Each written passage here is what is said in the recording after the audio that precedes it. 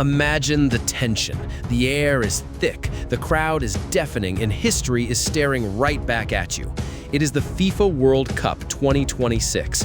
The stage is set at the colossal MetLife Stadium in New York, Group I. But this is not just any regular group stage match. This is a ghost from the past returning to haunt the present. If you know your football history, you know exactly what happened in 2002. Senegal, the massive underdogs, completely destroyed the defending champions, France, in one of the biggest upsets the world has ever seen. Fast forward to 2026, the two eternal rivals are face-to-face once again. The question on everyone's mind was simple: would history repeat itself, or would France finally get their ultimate revenge? You might think you know how this ends, but trust me, the final 5 minutes of this match will leave you absolutely speechless. Before the whistle even blew, you could feel the tactical warfare brewing. France lined up in a dangerous 4-2-3-1 formation. Mike Maignan standing tall in goal, protected by a defensive fortress of Jules Koundé, Dayot Upamecano, William Saliba, and Theo Hernandez. In the midfield engine room, Aurélien Tchouameni and Adrien Rabiot were ready to pull the strings. Ahead of them, the creative trio of Michael Olise, Ousmane Dembélé, and Désiré Doué. And up front, the man himself, the captain, Kylian Mbappe. On the other side, Senegal came out with pure aggression in a 4-3-3 setup. Edouard Mendy in goal, with a solid backline led by the legendary Kalidou Koulibaly. The midfield featured the relentless work rate of Lamine Camara and Idrissa Gueye, but their attack? That is where the real nightmare lived. Ismaïla Sarr, Nicolas Jackson, and the iconic Sadio Mane. The referee blew the whistle, and within seconds, the MetLife Stadium was in shock. France, the mighty European giants, were completely paralyzed. Senegal did not just come to play, they came to conquer. From the very first minute, Senegal launched an aggressive, suffocating high press that absolutely rattled the French defense. France could barely string 3 passes together. The first 45 minutes was a masterclass in African dominance. Sadio Mane was tearing down the wing, pulling defenders out of position, while Nicolas Jackson and Ismaïla Sarr turned the French penalty box into a war zone. And then, disaster almost struck for France. Senegal launched a lightning-fast counterattack. The ball found Nicolas Jackson. He struck it with pure venom. Maignan was completely beaten. The French fans held their breath, but the loud smash of the ball hitting the goalpost echoed through the stadium. France survived by mere inches. But Senegal was not done. Just moments later, a beautiful sequence of play left Ismaïla Sarr with an open net. It was the golden opportunity, a chance to completely break the French spirit.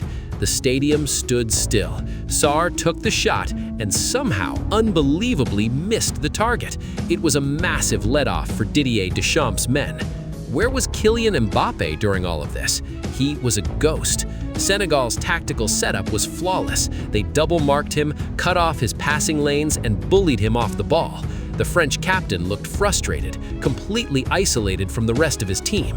As the halftime whistle blew, the scoreboard read 0-0. But make no mistake, Senegal was winning the psychological war. The French players walked down the tunnel looking exhausted and defeated. What happens when a world-class team is pushed to the absolute edge? Do they break or do they evolve? The answer to that question was waiting in the dressing room. As the second half approached, everyone wondered if France could somehow turn the tide, or if Senegal would finally find the back of the net. The drama was only just beginning. The players emerged from the tunnel for the second half, and immediately you could sense a shift in the atmosphere. Didier Deschamps must have delivered the speech of his life, because France looked like a completely different animal. The fear was gone, the hesitation vanished, and at the center of this transformation was Michael Olise. His brilliant playmaking suddenly breathed life into the French attack. He began dictating the tempo, finding pockets of space that simply did not exist in the first half. But Senegal was not going down without a fight. Around the 60th minute, the tension reached a boiling point. Kylian Mbappe finally found a yard of space and sprinted into the penalty area. Sadio Mane, tracking back with desperate speed, lunged in for a massive tackle. Mbappe went down. The French players swarmed the referee. Penalty? The stadium held their breath as the referee paused the game for a VAR check. The tension was unbearable. After what felt like an eternity, the verdict was given. No penalty. The tackle was clean. The fierce rivalry was alive, yet wonderfully sportsmanlike. However, France's relentless pressure finally broke the dam. In the 66th minute, Michael Olise picked up the ball and delivered a pass so perfect it belonged in a museum. It sliced right through the Senegalese defense. Kylian Mbappe, silent for so long, proved why he is the deadliest striker on the planet. With a sensational ice-cold finish, he buried the ball into the back of the net. 1-0, France. But this wasn't just a goal, this was history. With that strike, Mbappe matched the legendary Olivier Giroud's all-time record of 57 goals for the French national team. Senegal tried to respond, bringing on fresh legs. Ibrahim Maé, Bamba Dieng, and Iliam Ndiaye entered the battlefield, but France was ruthless. In the 82nd minute, a substitution by Deschamps proved to be an absolute masterstroke. Bradley Barcola stepped onto the pitch. Almost immediately, Adrien Rabiot threaded a beautiful through ball. Barcola, with the composure of a veteran, completely fooled the brilliant Edouard Mendy and slotted the ball home. 2-0. The French fans erupted. It felt like game over. But remember what I said about the final 5 minutes. Football is a game of miracles, and the injury time of this match was pure, unfiltered madness. We're in the 95th minute. The game is dying. Suddenly, Senegal's 18-year-old wonder kid, Ibrahim Maé, picks up the ball. With a display of stunning individual brilliance, he dances past the French defense, beats Mike Maignan, and scores a phenomenal goal. 2-1. Panic suddenly grips the French players. Senegal has 1 minute left to find an equalizer. The crowd is screaming. But Kylian Mbappe had other plans. Senegal poured every man forward, leaving space at the back.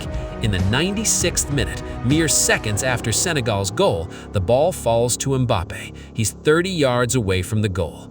Most players would waste time, take it to the corner flag. Not Mbappe. He looks up, takes a breath, and unleashes an absolute rocket. A bullet-speed shot that rips through the air and crashes into the net before Mendy can even react. 3-1. The stadium exploded. It was a goal of pure magic, and with that unbelievable strike, Kylian Mbappe reached 58 goals, officially becoming the undisputed all-time highest goal scorer in the history of French football. A devastating finish to a monumental game of football.